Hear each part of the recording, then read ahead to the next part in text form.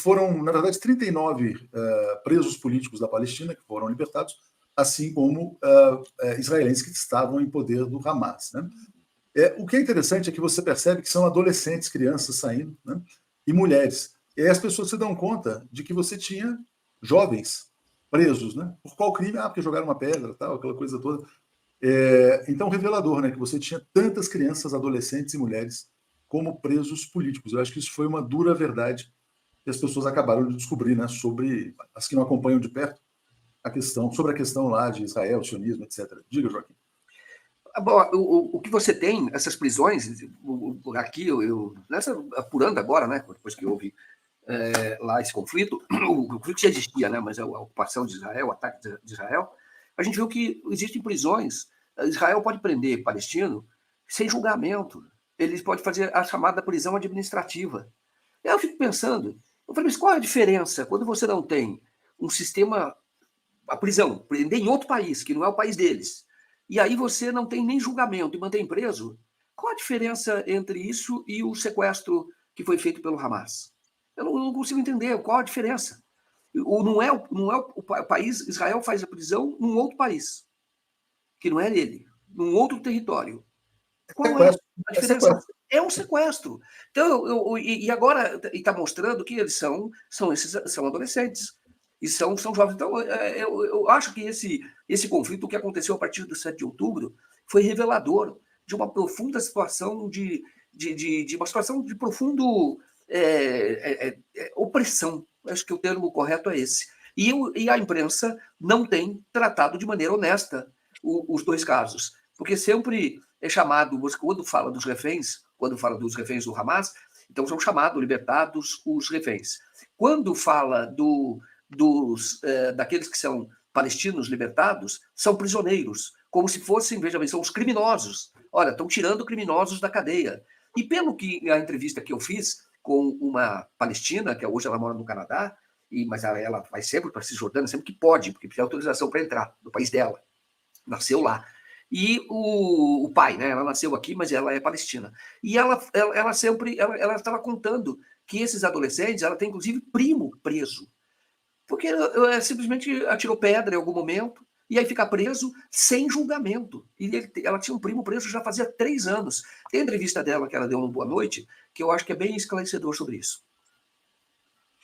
Exatamente. E aí, Joaquim, Florestan, o Lejane Mihan, que está sempre aqui conosco, né? Ele diz assim, como a linguagem da mídia desumaniza o povo palestino. É isso que o Joaquim falou, né? Então, de um lado, presos, prisioneiros, do outro lado, reféns.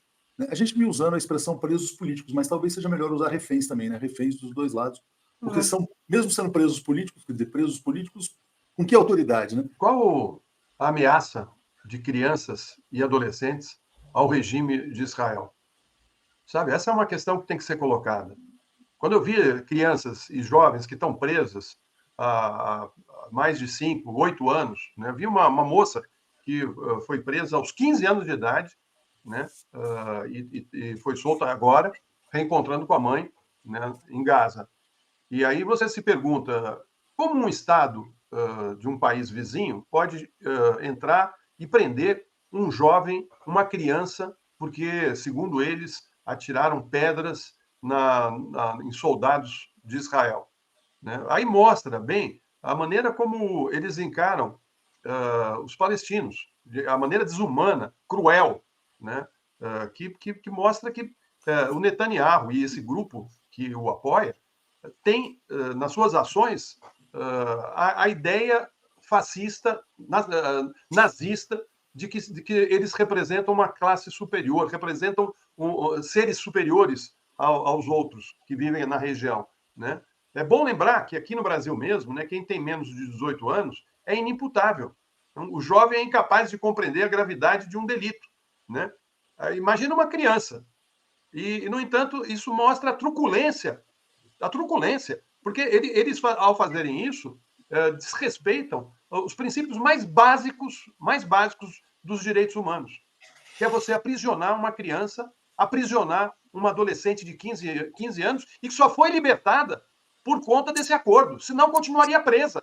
Quantos anos? E o mundo sem saber. E quantos mais estão presos, Léo? Essa é a questão. Quantos mais o Netanyahu prendeu? Quantas crianças estão nas celas sequestradas por esse grupo.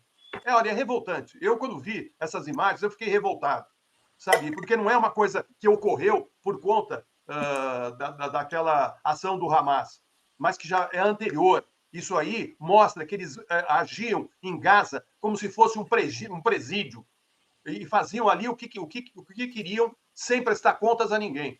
E eu acho que a ONU tem que se posicionar a respeito disso. E a nossa mídia, né, canalha, porque é canalha, uma mídia que toma uma posição em favor de um grupo e se coloca contra o outro grupo, porque na realidade trata esse outro grupo como sendo inferiores, porque é assim que eles fazem. Eles fazem essa divisão. Né? Um lado é melhor do que o outro. Por quê? Por que uma criança é melhor que outra? Elas são iguais, são jovens. Né? Mas, enfim, a gente fica assistindo a tudo que está ocorrendo ali em Gaza e nessa guerra e fica passado de ver como essa extrema-direita avançou e tem avançado além do Oriente Médio. Além do Oriente Médio. Quando você vê a fala do sujeito que vai ser o primeiro-ministro da Holanda, você percebe que isso vai se alastrar pelo mundo com muita rapidez, como pólvora que foi queimada com um fósforo aceso.